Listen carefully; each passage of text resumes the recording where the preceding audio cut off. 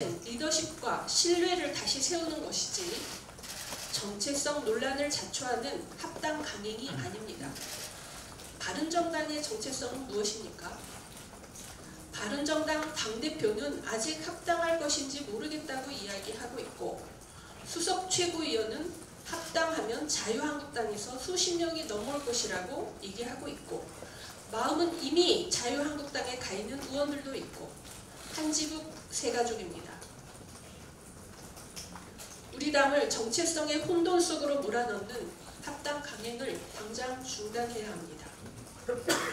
만약 자유한국당을 대체하고 싶으면 보수 정체성에 맞는 분들이 나가서 그 일을 계속하면 됩니다. 그래서 다당 익선의 정신으로 현재의 3당 체제를 신4당 체제로 만들어서 보수 경쟁, 개혁 경쟁이 가능하게 하면 됩니다. 우리 국민의당은 국민의당에 투표해준 유권자의 뜻을 받들어서 민주당을 권력구조 분권형 개헌으로 견인해내고, 자유한국당을 연동형 비례대표제로 견인해내서 다당제의 확고한 기반을 만들어내는데 온 힘을 집중할 것입니다. 이어서 이태우 최고위원의 모두 발언 듣겠습니다.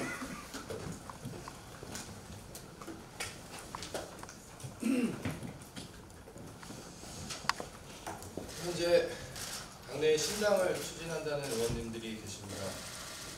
지난 전당원 투표 관련해서 당원당규에 위반된다며 적법한 절차에 따라 이행한 당 지도부의 결정에 이의를 제기하더니 심지어 법원에 가처분 신청까지 한 적이 있습니다.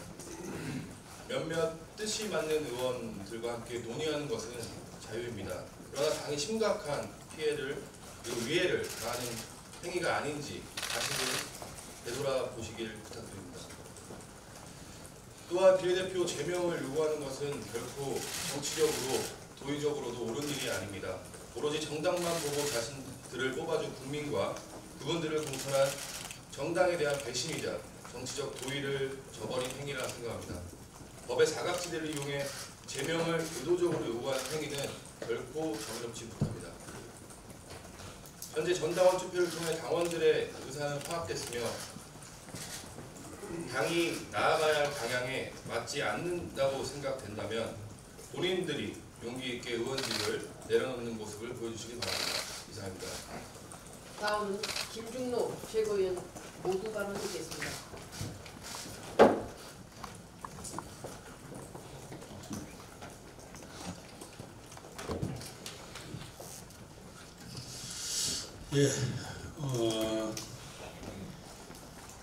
김정은 국방위원장이 신년사를 통해서 남북대화하고 평창올림픽 참가한다고 선언을 했습니다. 거기에 대해서 현 정부의 대응이 가관이라면 좀 지나친 편일지 모르겠습니다만 어처구니 없는 일이 일어날 것 같은 우려가 있어서 제가 몇 말씀 드리겠습니다. 세계 정보를 다 수집하는 미국의 CIA 국장이 작년 연말에 트럼프 대통령한테 이런 건의를 했습니다. 앞으로 3개월이, 그리고 평창올림픽이 끝나는 3월까지입니다. 3개월이 ICBM을 개발을 중단시킬 수 있는 데드라인이라고 건의를 드렸습니다. 그리고 오늘 아침에는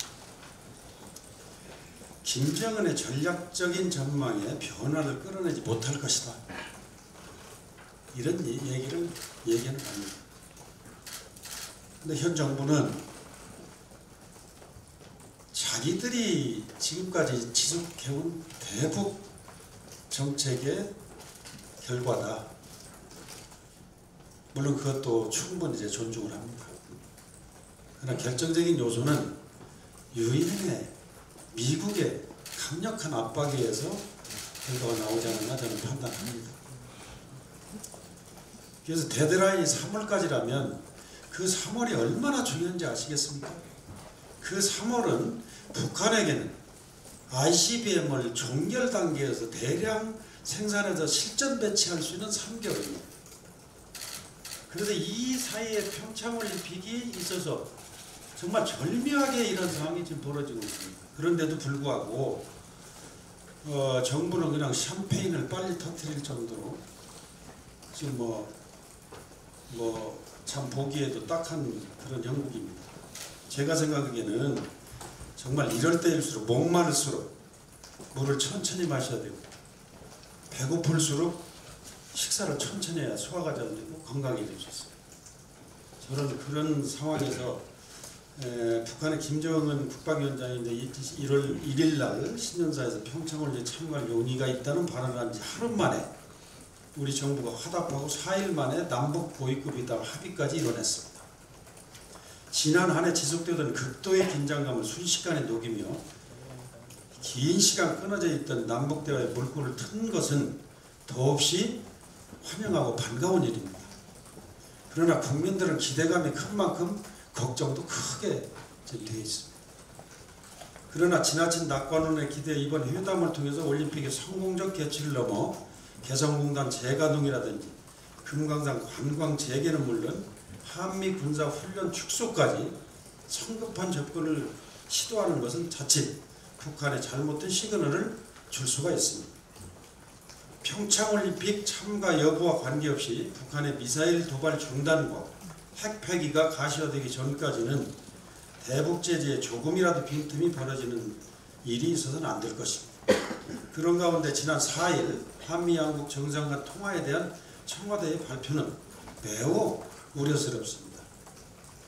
청와대는 한미연합훈련을 연기하고 트럼프 대통령이 문 대통령에게 적극적인 지지 표명을 하였다고 발표한 반면 미국은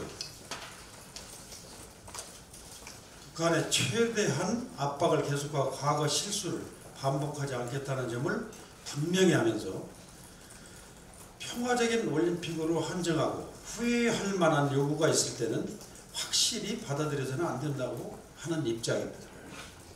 과거 실수란 북한의 도발, 제재, 대화, 또다시 도발이라는 악순환을 허용하지 않겠다는 의미입니다. 그러나 과거의 실수라는 표현은 청와대 발표에는 없습니다. 지난주 미 언론에서 발표한 북한의 도발 가능성에 대해 우리 군이 추가 도발은 없다며 우려를 일축한 것이나 청와대가 같은 내용의 정상 간 대화를 달리 해석해서 발표한 것은 그냥 넘어갈 문제가 아닙니다. 철저하고 치밀한 전략으로 북한의 의도를 정확히 파악하여 남북 대화 중에도 빈틈없는 한미연합 방어태세를 북한과 전 세계에 보여줘야 할 것입니다. 이번 고위급 회담은 한반도 평화를 위한 첫발일 뿐입니다. 남북대화 기나긴 공백을 채우기 위해 너무 큰 욕심을 부리거나 과거의 실수를 반복한다면 그 첫발은 북한의 핵무장을 완성시키는 마지막 한 걸음이 될 수 있다는 점 명심하기 바랍니다. 부디 내일 남북 고위급 회담을 통해 올림픽의 성공적 개최를 위한 초석을 마련하되 어떠한 경우든 안보의 핵심 이익인 북한의 비핵화를 잊어서는 결코 안 될 것입니다. 이 남북 대화와 신년사를 통해서 트럼프 대통령이 딱 정말 의미 있는 한 말씀을 했습니다. 지켜보겠다. 지켜보겠다. 진정성과 신뢰에 대한 의심 속에서 트럼프 대통령이 지켜보겠다 그랬습니다. 우리 당국자들이 깊이 새겨봐야 될 내용입니다. 덧붙여서 지금 참 희한한 일들이 벌어지는데 이 시민단체의 공무원 보수 규정을 개정한 이런 문제가 지금 어제 발표가 됐죠. 시민사회단체 근무 경력을 공무원 공무에 반영하겠다는 인사혁신처의 공무원 보수 규정 개정안이 논란을 빚고 있습니다. 현재 청와대 수석과 장관급 가운데 시민단체 출신 10명이나 됩니다. 청와대 비서관급 이상 중 약 12.5%가 시민단체 활동 경력자라는 통계도 있습니다. 친정부 시민단체 출신들의 대거 공직 진출로 현 정부 인사 논란이 여전한 상황에서 시민단체 경력을 공무원 호봉에 반영하는 중요한 정책을 국민의 의견 수렴 과정도 없이 일방적으로 내놓는 정부의 태도를 문제 삼지 않을 수가 없습니다. 시민단체는 영어로 NGO, 즉 비정부 기구입니다. 속성상 정부를 견제하고 감시하면서 대안을 제시하는 것이 주된 사회적 기능입니다. 이와 같은 시민단체마저도 정부의 시혜 정책으로 모두 무력화하려는 속셈은 아닌지 참으로 우려스럽습니다. 정부는 즉시 개정안을 처리하고 국회와 국민을 설득하는 노력을 우선해야 할 것입니다. 감사합니다. 이어서 이태규 국민정책연구원장의 모두 발언이 있겠습니다. 네, 모두 발언이면 안내 말씀 좀 드립니다. 통합에 대한 그 찬반 양론의 말씀들이 계신 것 같은데 저는 찬반 양론 내용을 떠나서 일단 법원의 판결에 승복하지 않는 것은 입법의 책임 주체인 국회의원의 자세는 아니다. 또 투표로 확인된 당원의 의사를 무시하는 것은 당원을 깔보는 행위다. 이런 모습들은 결코 국민들이 바라는 정치의 모습이나 자세는 아니다. 이런 말씀을 드리고요.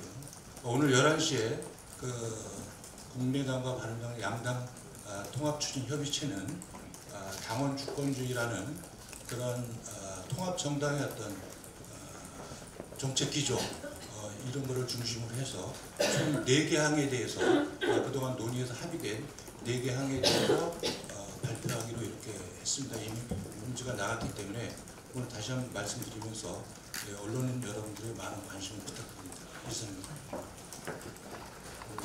동의를 기본적으로